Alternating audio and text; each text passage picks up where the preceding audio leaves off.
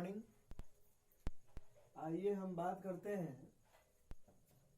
हमने पिछले वीडियो में विशेषण के परिभाषाओं पर विशेष चर्चा की थी। विशेषण क्या होता है कि संज्ञा और सर्वनाम की विशेषता को बतलाने का काम विशेषण करता है। विशेषण के 4 भेदों के बारे में हमने पढ़ा था।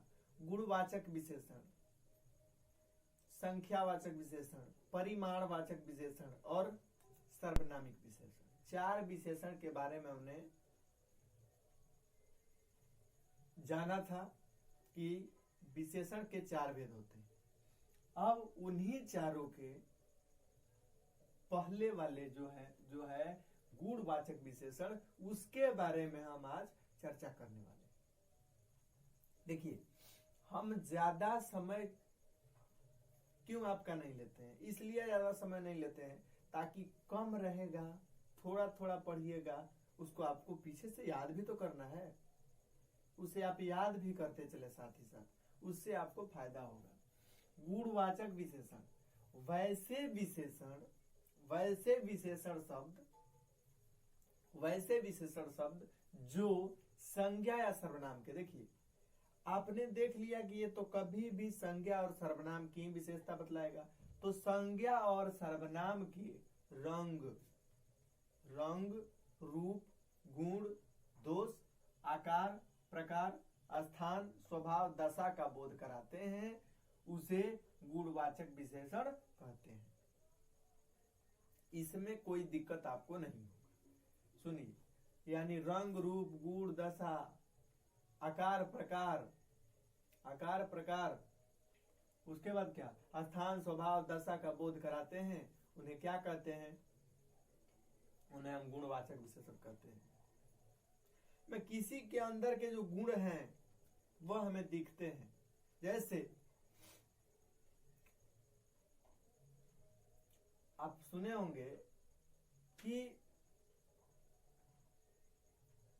सीता सुंदर लड़की है। सीता सुंदर लड़की है, तो वहां पर क्या होगा? वह गुणवाचक विशेषण होगा, इसलिए कि उसके गुण को बता रहा है।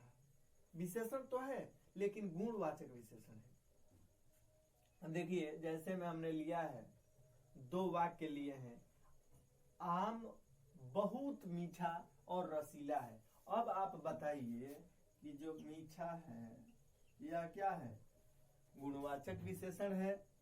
यहाँ पर रसीला जो है यह भी गुणवाचक विशेषण है। प्रियंका बहुत सुंदर है, यहाँ पर जो सुंदर है वह क्या है जी? वह भी गुणवाचक विशेषण है, इसलिए इसमें सुंदरता का बोध करा रहा है। चलिए आइए अगले परिभाषा की तरफ चलते। इसमें कोई दिक्कत परेशानी? अब देख एक और चीज समझ लीजिए। सीता अच्छी लड़की है तो उसके स्वभाव को दर्शा रहा है।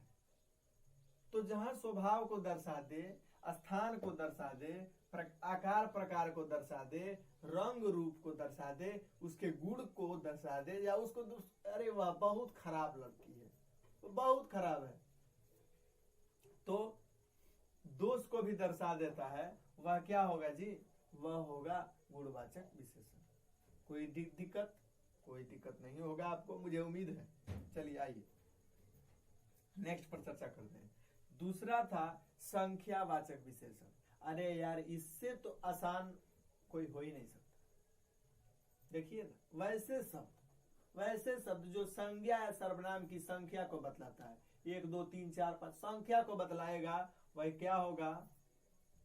बोलो जल्दी, क्या होगा?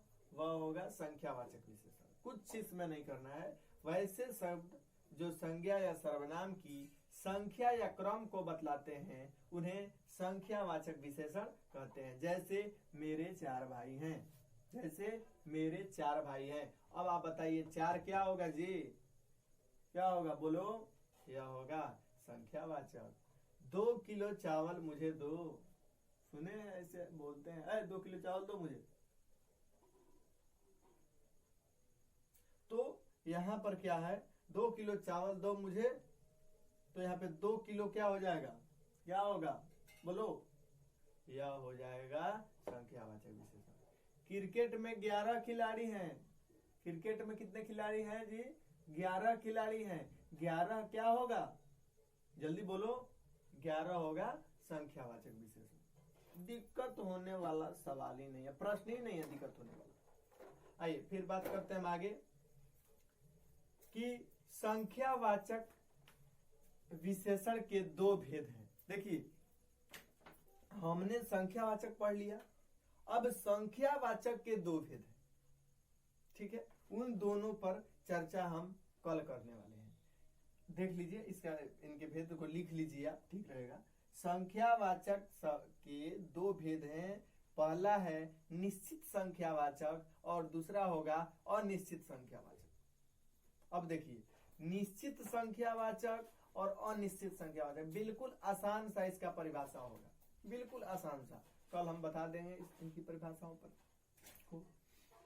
तो इसमें कुछ नहीं है, कुछ बिल्कुल ही कुछ नहीं है, बिल्कुल आसान सा चीज है, आप अपने दिमाग में बैठाइए। और हम एक एक दो दो आपको क्यों परिभाषा दे रहे हैं, इसलिए परिभाषा दे रहे हैं ताकि आप पीछे वाले को भी आप याद करते हुए चलें, ताकि कोई पूछ दे सामने वाला तो उसका जवाब आप दे सके। नहीं तो सिर्फ हम पढ़ाएं, मेहनत ही करें, हम पूरा मेहनत करें, आप कुछ नहीं करें, उससे कुछ फायदा नहीं होने वाला है। बाबू देखिए अभी भी हमने यही चीज देखा है अभी तक कि मात्र अभी भी बस 2-4 बच्चे ऐसे हैं जो पढ़ रहे हैं, जो कल से परसों से एक्टिव हो गए हैं, परसों से वीडियो रेगुलर जा रहा है, एक्टिव हो गए। देखिए बीच में हम एक दिन का गैप क्यों दे रहे हैं, इसलिए दे रहे हैं ताकि जिन बच्चों को परेशानी हुई या जो नहीं लिख पाए दूसरे दिन लिख के डाल दे उसको। ग्रुप में अगर आप भेजेंगे तब ना हमको पता चलेगा कि हाँ आप पढ़ रहे हैं कि नहीं पढ़ रहे हैं। देखिए कुछ बच्चे ऐसे हैं जिनके पास मजबूरियां हैं, लेकिन सब कोई मजबूर नहीं हो सकता। हाँ कुछ होगा, एक दो पीस बच्चा ऐसा होगा जिसके घर में मोबाइल नहीं होगा, लेकिन आजकल तो सबके घर में मोबाइल है, आप कहीं भी रहें देख सकते हैं, ठीक है। तो इन चीजों पर बाबू ध्यान रखना पड़ेगा, अगर आप नहीं ध्यान रखेंगे तो कोई फायदा होने वाला ही नहीं है, सब कुछ बेकार हो जाएगा। तो टाइम वेस्ट ना करें, समय से पढ़िएगा और क्रमानुसार पढ़िएगा तो ही फायदा होगा। ऐसा नहीं है कि एक दिन खूब पढ़ दिए दूसरे दिन नहीं पढ़े तो उससे कुछ नहीं होने वाला है और हानि ही होगी, समय की बर्बादी होगी। रोज पढ़िए, 2 घंटा पढ़िए, रोज पढ़िए, 4 घंटा पढ़िए, रोज पढ़िए। ऐसा नहीं है एक दिन पढ़े और दूसरे दिन छोड़ दीजिए, छोड़ने वाला काम नहीं कीजिए, रोज पढ़िए, फायदा होगा। और एक चीज याद रखिएगा, आज अभी भी मात्र 2-4 बच्चे हैं, नाम भी बता देंगे हम, जो लोग काम कर रहे हैं, और जो लोग नहीं काम कर रहे हैं वे लोग याद रखें, वे लोग भी काम शुरू कर दे। जैसे मैं बता रहे हैं, सोनाली है, सलोनी है, बच्चियां अंजलि है, बहुत सारे ऐसे बच्चे हैं, कीसू है, आपका क्या कहते हैं, देखिए दिमाग से नाम निकल रहा है, हाँ ये अमन है।